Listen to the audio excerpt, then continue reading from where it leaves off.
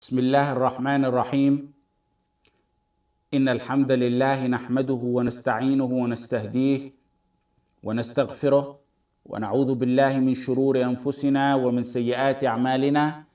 من يهده الله فلا مضل له ومن يضلل فلا هادي له، وأشهد أن لا إله إلا الله وحده لا شريك له، وأشهد أن محمدا عبده ورسوله صلى الله عليه وعلى آله وأصحابه وسلم تسليما كثيرا مزيدا إلى يوم الدين. أما بعد. This is our fourth class on the explanation of the chapter on Siyam from the book Zaad al Mustaqni. And so far we left off yesterday. We discussed and we said there's two means or methods to know the start and the end of Ramadan. And not only Ramadan, it's actually all our Islamic months. The first one is by sighting the moon. If we see the moon, then the next day it's Ramadan or the new month. If not, whether the sky is clear or cloudy, we finish the month off, and we can't see the moon, we finish the month off to 30 days, then the following day is the beginning of the new month. That's all the methods that we follow that are backed by proof in how Ramadan begins and ends. However, we left off yesterday saying that it appears that the author of this book is trying to hint or make a distinction between when the sky is clear and when it's cloudy. Why? Where do we get that from? Where's the hint at? The statement that we left off yesterday said, if you go and sight the moon on a clear sky, and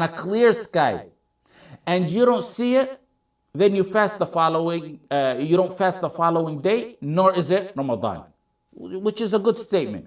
But he said, ma'a sahwin. If the sky, he specified, if the sky is clear at night, you don't see the moon, you don't fast the next day. That's considered the 30th day of Sha'ban. Then the following day after that is the first day of Ramadan. It's clear, it's to the point, and it's backed by proof. Now, our next sentence that we want to do today is where there's a problem. وَإِنْ حَالَ دُونَهُ وَإِنْ حَالَ دُونَهُ أي دون هلال رمضان غيم أو قطر فظاهر المذهب يجب صومه. فظاهر المذهب يجب صومه. The author is saying, if you can't see the moon on a cloudy night, or if there's a sandstorm, or other reason, then the next day you must fast. He mentions in his statement, he says غيم, which غيم means cloud, if it's cloudy. And then he mentions qatarun, which is something like a sandstorm. Did we see the moon? The first means of how we learn the month begins, we didn't see the moon. Did we finish off Sha'ban 30 days? No. So why are we fasting then? It appears like the author developed a third way of how Ramadan begins. And we said there's only two ways. This statement by the author is not accurate, even though it's a statement, a scholarly statement, and a lot of ulama adopted it. But it's not accurate, and it's not backed by proof. In fact, the proof goes against the statement. There's several opinions on this matter. The first two are the major and most important ones, and the ones we need to know. But let me repeat the issue before I discuss the opinions, because if you don't know the issue, the underlying issue that we're talking about, you're not going to understand the opinions. The 29th day of Sha'ban, after Maghrib, it's the 30th night of Sha'ban. We explained that. That's the night we go out to look for the moon. We go out, it's cloudy, it's foggy, there's a sandstorm. There's a barrier between us and the moon somehow. The author said, since the sky is not clear, then we must fast the next day. even if we don't sight the moon. We didn't sight the moon, we didn't complete the month of 30 days. He said because it's not a clear sky, we have to fast the next day, which is in reality the 30th day of Sha'ban. Now let's go through the opinions. The first opinion, the overwhelming majority of the ulama, and I say the overwhelming majority, that means it's beyond even the 4 imams, it's more than that. And among them is, in this opinion, is Abu Hanifa, Malik, al-Shafi'i, and one of 2 opinions by the Hanbali madhab. And this is the correct opinion. If we don't see the moon on the 29th day, which is the 30th night of Sha'ban, we don't fast the following day. We try to sight the moon on the 30th night of Sha'ban.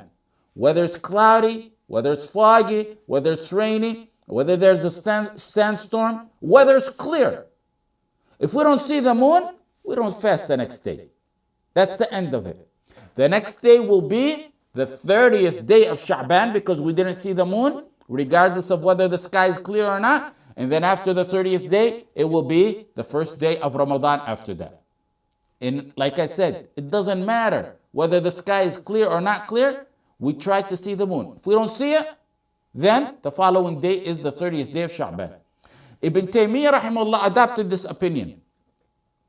And he said, this is the opinion of the Hanbali madhab. He attributed that to the Hanbali madhab. Even though, like I told you, some claim that this book is the authority on the Hanbali madhab. Ibn Taymiyyah said, in this issue, it's that we don't distinguish between a clear or unclear sky. And then he said, there's no foundation that Imam Ahmad distinguished between a clear and unclear sky. And I remember maybe 2 decades or so ago, I had a report that I had to do, and I researched this matter in the mother books of the Hanbali madhab, and I really couldn't find a clear statement by Imam Ahmad himself saying that it's wajib to fast the 30th day of Sha'ban when it's a cloudy night.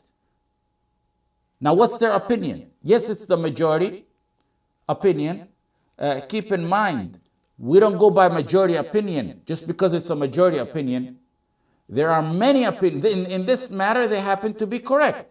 They happen to have strong proof. There's many opinions in fiqh where the majority of the ulama take the wrong opinion and the minority are on the correct opinion. However, over here, like we said, the majority opinion is what the ulama stated and mentioned. What's their proof? The first proof is what we took yesterday. These people are saying you're fasting the day of doubt. And the Messenger ﷺ said, لا تقدموا رمضان بصوم يوم ولا يومين. Remember the hadith we took? None of you should fast a day or 2 before Ramadan. Unless, of course, what we said, it's a day, and this is part of the hadith. Unless it's a day where one has a habitual fasting, voluntary fasting that happens to coincide with that day, or those last 2 days of Sha'ban. This is a hadith in Bukhari and Muslim.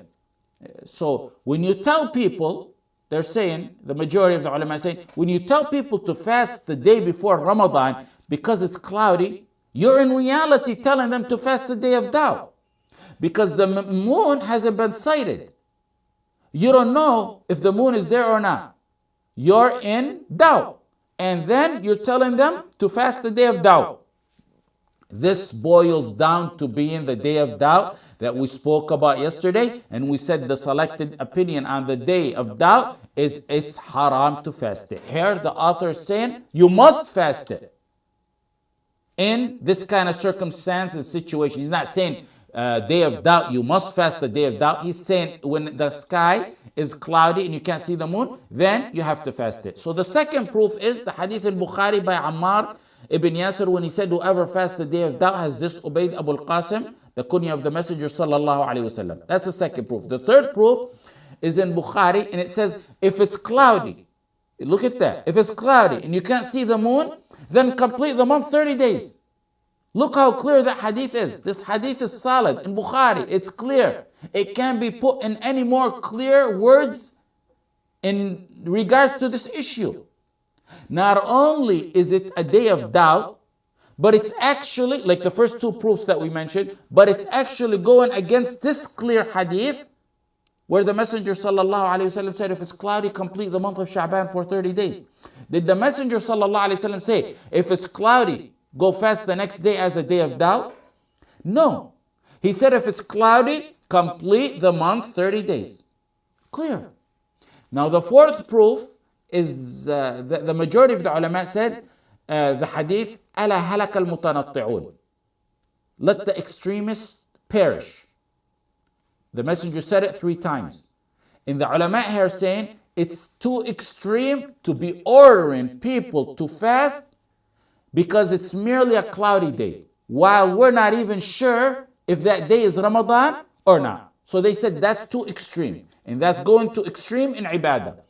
The fifth proof, the rule in usul is that you don't go from that which you're sure about, you're in yaqeen, to that which you're in doubt in. What are we sure about and what are we in doubt in?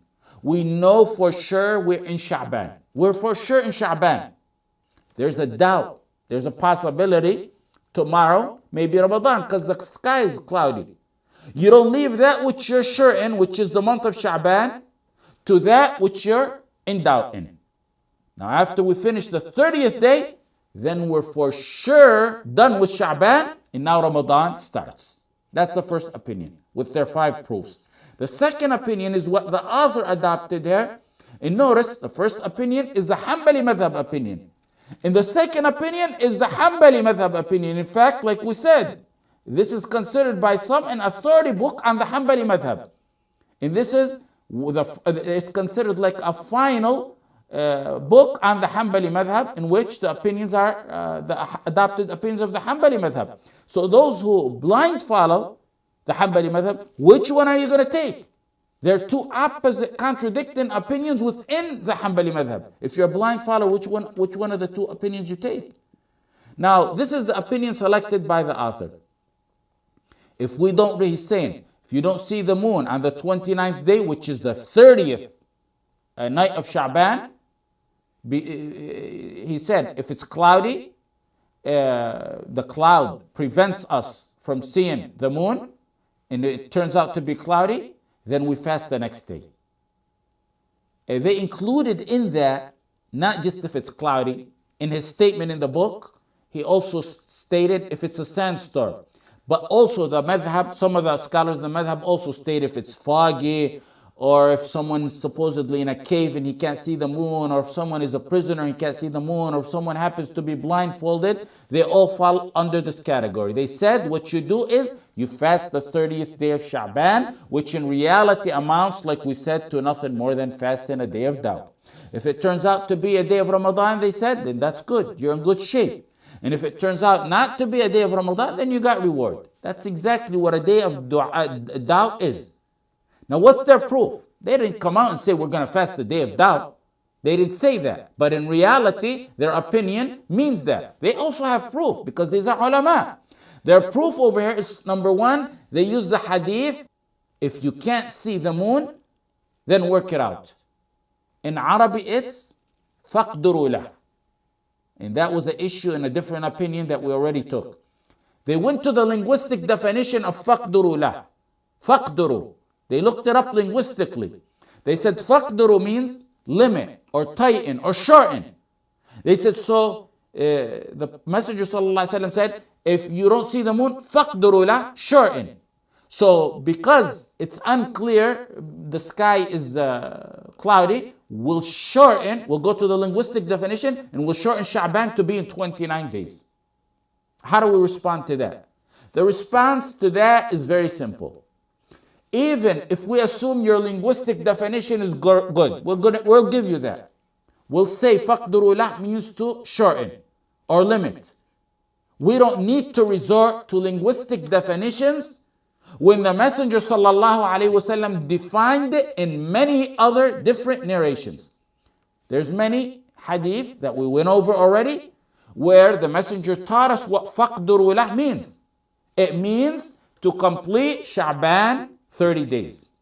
There's many other hadith where the Messenger ﷺ explained that. That's the first proof. The second proof that they used is actually a stronger proof. They said in Musnad Ahmad and Sunan Abu Dawood, Ibn Umar radiallahu anhuma, on days when the sky would be cloudy, if it's the 30th night of Sha'ban and it's cloudy, he would fast the following day. So their opinion is supported by the action of Ibn Umar radiallahu anhuma. Now the response to the action of Ibn Umar radiallahu anhuma is that the action of Ibn Umar radiallahu anhuma goes against the hadith he himself narrated.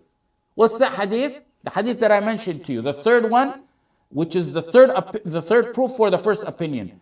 If it's cloudy and you can't see the moon, then finish off Sha'ban as 30 days. The narrator of that hadith, it's on the authority of Ibn Umar radiallahu anhuma. However, Ibn Umar adopted the opinion to fast the day of, which would be defined as a day of doubt, when it's cloudy. Take this rule.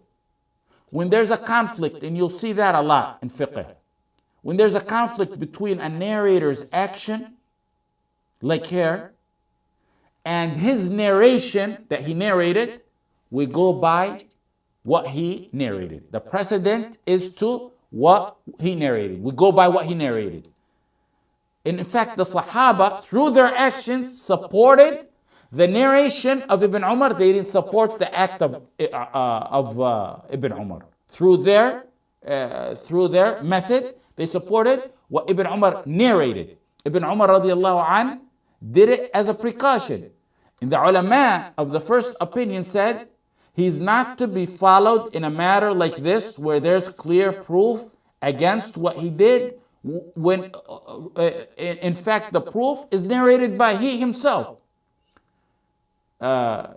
Just like Ibn Umar radiallahu anhu used to do precaution and wash the inside of his eyes, which eventually resulted in the loss of his eyesight towards the end of his life. The ulama don't follow him on that. They don't follow him on that and do as a precaution washing the inside of their eyes when they make wudu. So he's not followed on this matter. In a matter like this, the ulama of the first opinion said, we follow what he narrated, not what he did. And if anyone claims to fast the day of doubt when it's cloudy as a precaution, they claim to fast the day of doubt on a cloudy night due to precaution, then the answer to that is precaution in a matter like that is to leave that kind of precaution. Precaution in a matter like that is to leave that sort of precaution. The third opinion, we took two opinions. Now the third opinion is also a weak opinion, is they said it's permissible or sunnah to fast, but it's not fard. The author in this book said it's fard. The third opinion, they said, no, we'll say it's not fard, but rather it's permissible or sunnah. The fourth opinion is they said it's disliked. But it's not haram. It's disliked, but it's not haram to fast it. And we discussed already whether it's disliked or haram to fast the day of doubt. The fifth opinion, some said we go according to what the Imam Khalifa states. Actually, that's in reality a solution to many of our problems, and problems like this. There was a Khalifa and he declared and chose a certain opinion in matters like this. It's within his discretion, and the Ummah should obey him in matters like this. Now that's the fifth opinion. The sixth opinion, some said we go back and check. We go back 2 years and check. If the last 2 years were 30 days, in 30 days, we fasted the last year 30 days, and the year before that 30 days, then we'll declare this year 29 days. That's, some rationale, but that's 6 opinions. The most important ones is the first and the second, because they each one of them has proof. So in summary, the correct opinion is that it is haram, it's prohibited to fast the day before Ramadan because you claim it's cloudy and you're not sure if the moon is there or not. You can't fast that day. That's considered a day of doubt. We mentioned 5 proofs for the first opinion, and in the second opinion, we responded to their proofs.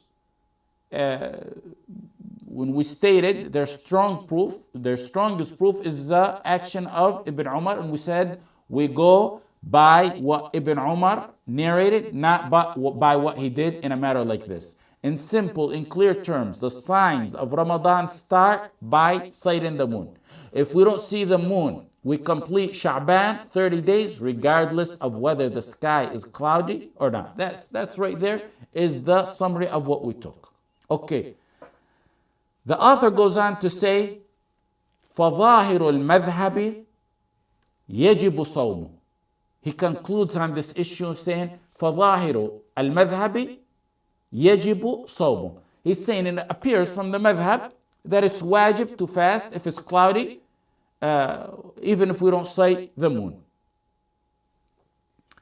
The author himself here worded that and that conclusion on this matter in a very unusual way. He said, ظاهر المذهب.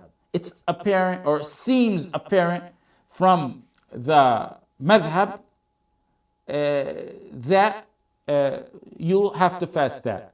And it's a statement he rarely uses, ظاهر المذهب. The ulama said he worded it like this because this is, as we said, a summarized method, short, brief. And he can't elaborate. This is not a book to elaborate.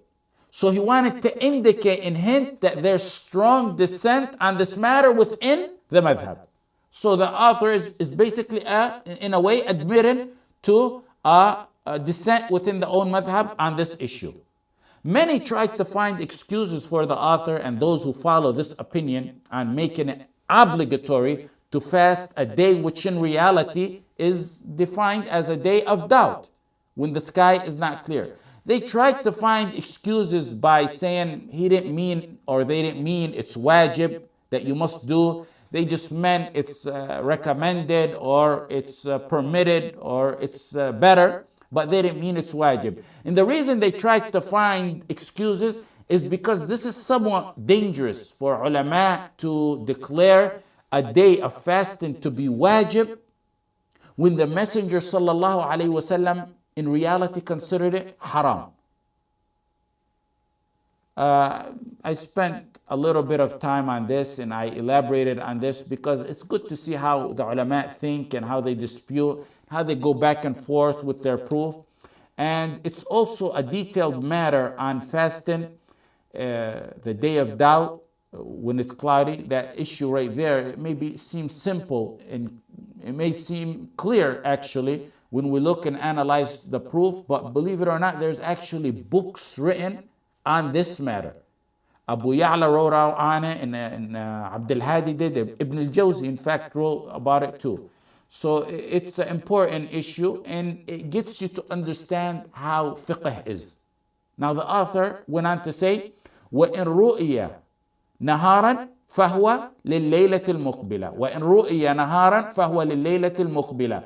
If you see the moon during the day, then that's to declare the following day, the first of Ramadan. If you see it during the day, scientifically speaking, it's clear that the moon can be seen during the day. Science talks about it, and it happens, and you yourself by experience could have probably seen the moon certain times during the day. And this is something not only proven scientifically, but it's also discussed in the books of the ulama centuries ago, that what if you see the moon during the day? The scenarios, for example, I'm leaving the masjid or I'm walking outside in the daytime after Dhuhr or Asr and I see the moon. It's possible. Does that 29th day that I seen the moon on become the official day of Ramadan? Meaning, since we seen it during that day, do we say, since I seen it during the day, since I seen it during the day, it was there the night before, yet we didn't see it. So in reality, today marks the first day of Ramadan. That's the first scenario. So what we do, we abstain from food and water for the rest of the day in respect to Ramadan. But then we have to make it up after Ramadan since we didn't have the intention. That's the first scenario. Is that the correct way? Or is it B? Do we say that moon that I seen during the day belongs to the next day? The author is saying that moon you seen during the day means the following day is the first day of Ramadan. You see the moon during the day, the next day, we're talking, if it's nighttime, we already know the answer to that. But we're saying if you're seeing it during the day, you've seen it during the day, the following day is Ramadan. That moon, even though you saw that moon during the day, it's to declare the following day, the first day of Ramadan. If you see the moon on the 29th day of Sha'ban during the day, and we say the moon was there the night before, that means you're on the 29th day of Sha'ban. You're saying that moon was there the night before. That makes that month of Sha'ban 28 days. And we don't have 28 days in our calendar. We only have 29 and 30 days. That's what the author was trying to refute by his statement. The overwhelming majority of the ulama, and among them is the 4 imams, is that they adopt the opinion that the author here selected. Whether you see the moon during the day or after Maghrib of that night, after that night, then it's to declare the following day, the first day of Ramadan. That's the point that you have to understand. That's the first point. The second, and that's the opinion of the 4 imams. The second point is the overwhelming majority of the ulama with a slight dispute. The other one doesn't have any dispute that I know of. But this one, the second point here, has a slight dispute. They said it doesn't matter if it's seen before noon or after noon, with a slight dispute in that issue. So the bottom line is that sighting the moon during the daylight hours of the 29th day of Sha'ban, whether it's noon or afternoon or any time during the day or after Maghrib, means the following day after that is the first day of Ramadan. There's an important issue though. What if we seen it during the day?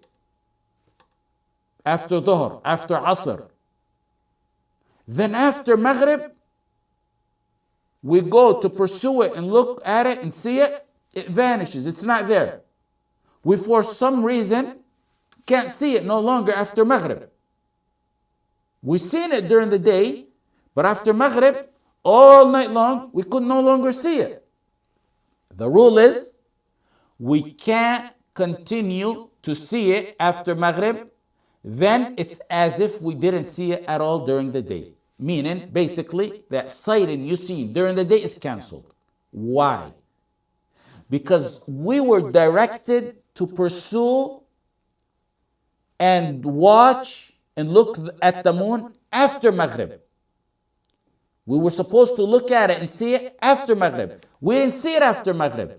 So that means it's not a sighting that we go by. It's not a shar'i sighting that we go by. Because the considered sighting is the one that's after Maghrib. So if we see it during the day, and then after Maghrib we no longer can see it, then that is as if we didn't see it during the day. The next day would be considered the 30th day of Sha'ban. The author here should have worded the statement more carefully by saying, if you see the moon during the day and it's still there after Maghrib, then it belongs to the next day, meaning the next day is the first day of Ramadan. He should have added some kind of statement saying, while it's still seen after Maghrib, because that's a very important condition that the ulama mentioned. Jazakumullahu khair. If there's any questions.